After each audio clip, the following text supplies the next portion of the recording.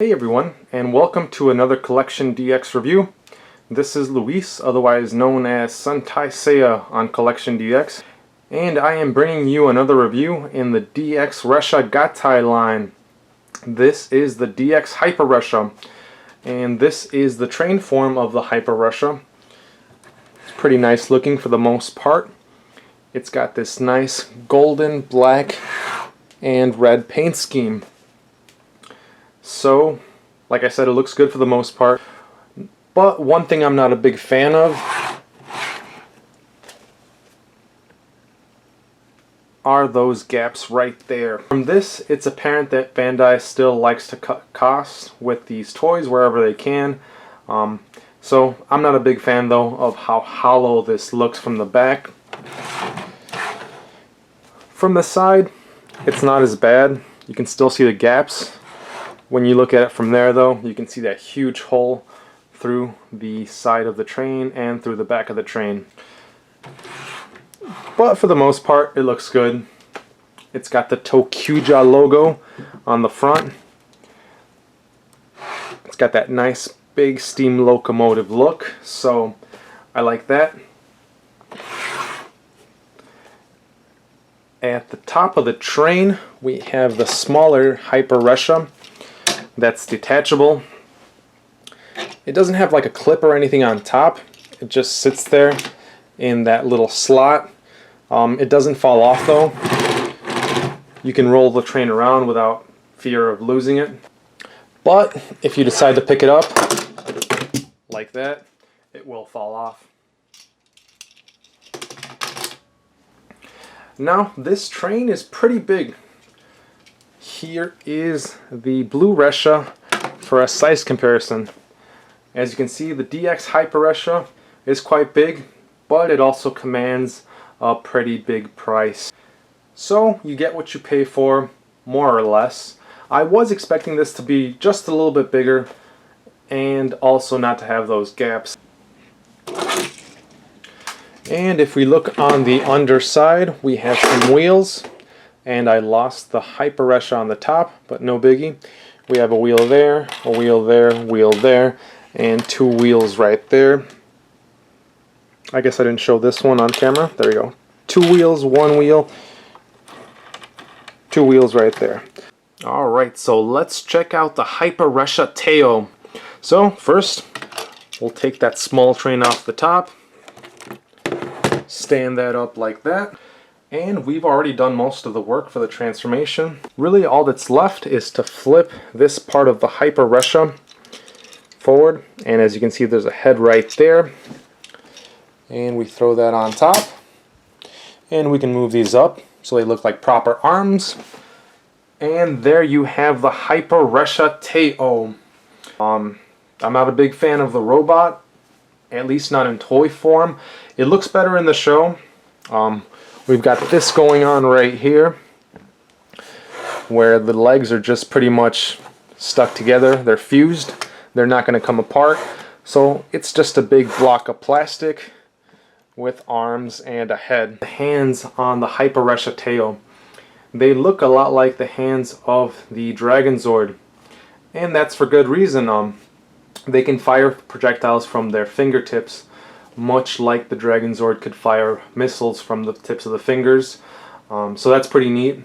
The Hyper Ressha Teioh can also fire lasers from the tips of the fingers, and that's its finishing attack. So that's pretty cool if it is a nod to the Dragon Zord. Alright, so next we're checking out the terminal form of the Hyper Ressha. We're going to take this train off the top. We're going to press this real quick and unhinge that. And most of the work is done already. Then we bring down these pieces. And so I'm going to put on the 5 main trains of the ToQGer, the ones that form the ToQ. We got pink, we've got green, red, and then blue. And last but not least, we have yellow. So in the terminal form, it makes a nice display for your ToQO components. And so for the final form, let's take off the trains. These parts at least. Alright, so first thing is first, we're going to raise these parts right here by clicking that in. Raise those up also, and then raise those. And we're going to bring back the ToQO trains, at least the front parts of them, and put them into their respective spots. So, red goes there, green, blue, yellow, and pink. Alright.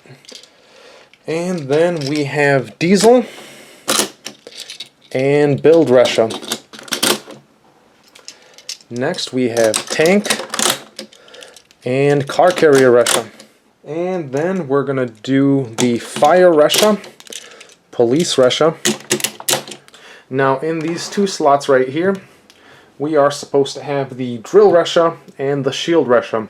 Now those two I don't own because they came with roleplay toys, which I never purchased. But rather than just leave those slots empty and not looking that great, I'm going to fill them in with these two guys right there. We have the Kyoryuja Ressha and the Go Busters Ressha. Whoop. There we go.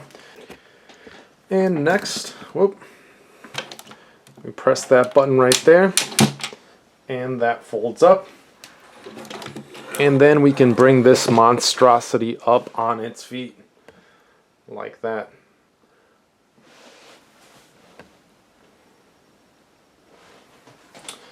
Then this piece comes down. At the back, you rotate that part. So let's flip this around. We bring the head up like that. Then you take that small part of the Hyper Ressha and you rotate it like that so it looks like an L, and you throw it on top to complete the head. Alright, so here you have the ToQ Rainbow. This big colorful mass of trains, which I'm not a big fan of, to be honest. This year's final combination does manage to not use all the parts of the previous mechas, and because of that, it's not a super huge cluster of ugly looking plastic, but it's still an ugly looking cluster. Really, it looks like a skinny robot. Whoop. Let's put that back. It looks like a skinny robot with body implants. But to me, it just isn't a very good use of the trains for this final combination. Also, because of the fact that the final combination, the ToQ Rainbow, does not use all of the parts of the previous trains for this combination, well, it all results in the fact that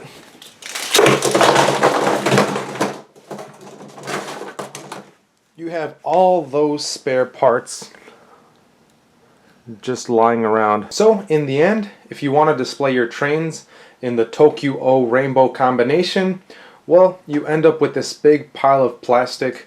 So for a quick comparison, this is what the ToQ Rainbow looks like without the trains attached to the body. As you can see, not much color, doesn't look good. It looks pretty empty. It's a very flat design. Also, I guess we can check out the back since I didn't show that before. That's actually a lot more colorful than the front. So it's got that going for it at least. It's got a lot of golden stuff. It is the outside shell of the train form, so that's why we have a lot of gold and red and all that stuff, and it looks pretty good. But anyways, let's go back to talking about the ToQ Rainbow. So once again, we have just a big block of plastic for what would be the legs and pretty much the entirety of the body. The arms move up and down. You just have to be really careful not to press on the trains because they will fly off, just like Build Ressha just did. So, got that going. You can also take off these parts that are the guns / arms and attach them. like that.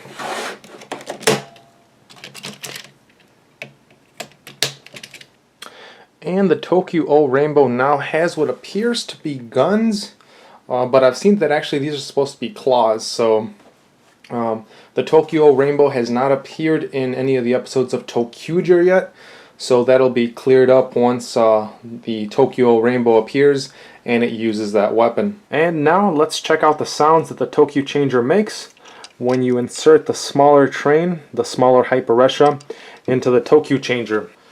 First up, the transformation sounds.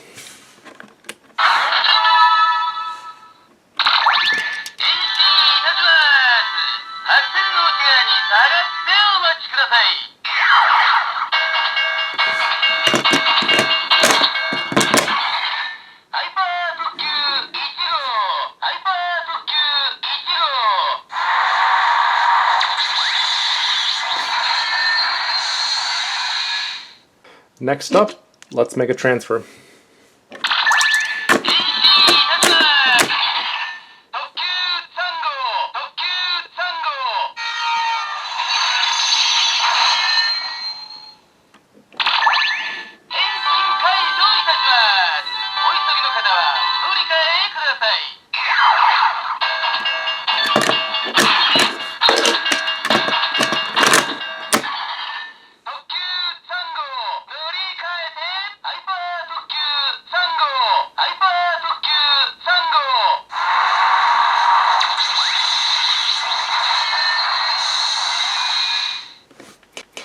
And so we got the sounds of Sango transforming into Hyper ToQ Sango, because in the show, each of the ToQger can actually use the Hyper Ressha to go into the super mode.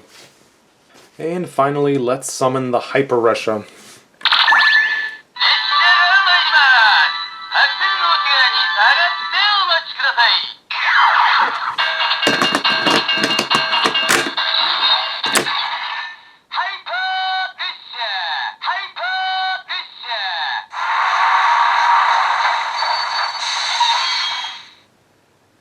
So that is it for my review of the DX Hyper Ressha Teioh from Ressha Sentai ToQGer.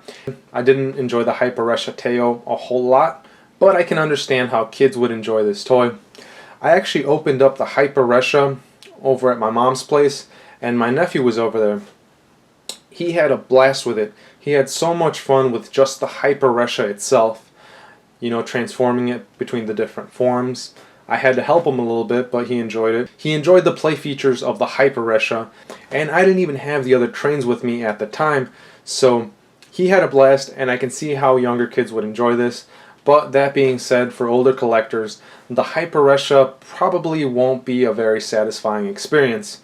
Hopefully next year we're going to see something a little bit more complex, something that can satisfy both the younger and the older crowds. So this is Luis signing off on this review. Like always, don't forget to like and subscribe. Leave us comments. I like to hear what you guys have to think about this. Do you agree? Is Bandai simplifying these robots way too much?